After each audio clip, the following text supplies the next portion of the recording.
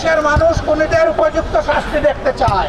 Fascist Awami লীগকে নিষিদ্ধ করার এই দাবিতে যে বীর সন্তানেরা ঢাকা সহ সারা বাংলাদেশে আন্দোলনে ঝাঁপিয়ে পড়েছিলেন, আমি আরেকবার সেই বীরদেরকে বিপ্লবী অভিনন্দন জানাচ্ছি। সবগুলো ন্যায্য দাবি পূরণ করতে হবে। আমরা বলবো না ফাঁসির কাস্টে ঝুলাও, কিন্তু যার কপালে ফাঁসির কাস্ট আছে তাকে ঝুলাতে হবে। আমরা ন্যায় বিচার দেখতে চাই।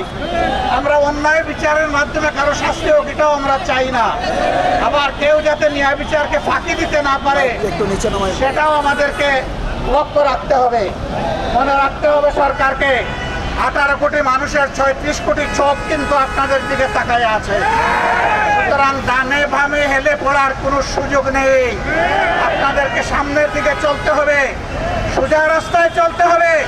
জাতি আপনাদের স্বার্থে থেকে জাতি আপনাদেরকে শক্তি যোগাবে ইনশাআল্লাহ। কিন্তু কোনো অন্যায়ের সাথে আপনারা যদি আপোষ করেন, এই জাতি আপনাদেরকেও ক্ষমা করবে না।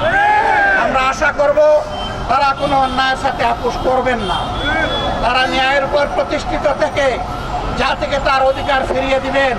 যে অধিকার ডাকাতরা 15.5 বছরে কেড়ে নিয়েছে, আমরা চাই সেই অধিকার জনগণের হাতে তুলে দিতে। তবে যেন তেনভাবে কেউ যদি ধামাচাপা দিয়ে কূটকৌশলের আশ্রয় নিয়ে কিছু করতে চান, এই বিপ্লবী জনগণ মানবে না। আজকে 2 দিনের ধারাবাহিক কর্মসূচি তার প্রমাণ। সব কিছুকে উপেক্ষা করে দিন রাত বিপ্লবীরা রাস্তায় ছিল, আর তাদের সাথে আমাদের অন্তরাত্মা পড়েছিল। আমরা সবসময় তাদের সাথে সম্পর্ক রক্ষা করে চলছিলাম। আমরা পরিষ্কার বলে দিতে চাই, জুলাইয়া বাল বৃদ্ধ বনিতা শিশু মা বোনেরা সহ সবাই যেমন রাস্তায় নেমে এসেছিল, আগামী দিনে যেন আর এমন পরিস্থিতি তৈরি না হয় যে আবার আমাদেরকে রাস্তায় নামতে হবে। রাস্তায় নামার আগে এই দাবিগুলো আমাদেরকে পূরণ করে দিয়ে দিবেন আপনারা। আমরা সেই দিনের অপেক্ষায় থাকলাম।